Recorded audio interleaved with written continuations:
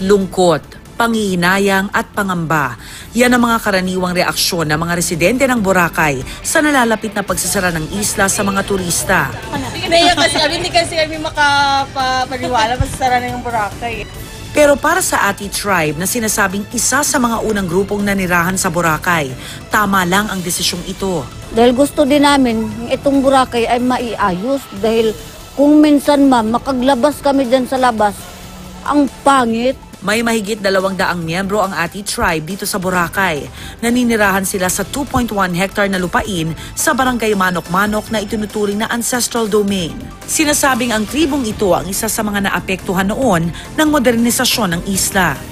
Mas gusto nga raw nila ang tahimik at payak na pamumuhay. Kalungkot-lungkot ng ating community dahil kinuhaan lang ng mga tinataniman nga kung tingnan ay wala namang tag-ari, yun pala ay mayroon. Bagamat suportado nila ang desisyon na isara ang isla para sa rehabilitasyon, tiyak may mga maapektuhan pa rin daw sa kanila. Gaya ng batang si Lara, 11 taong gulang at grade 11 na sa pasukan.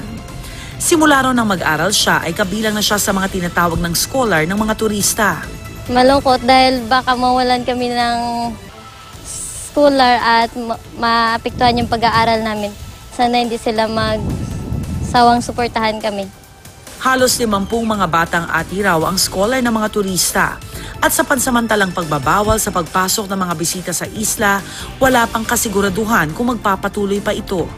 Emosyonal man ang ilan sa pansamantalang pagsasara ng isla, marami naman ang naniniwala na panahon na para ayusin ang mga dapat ayusin.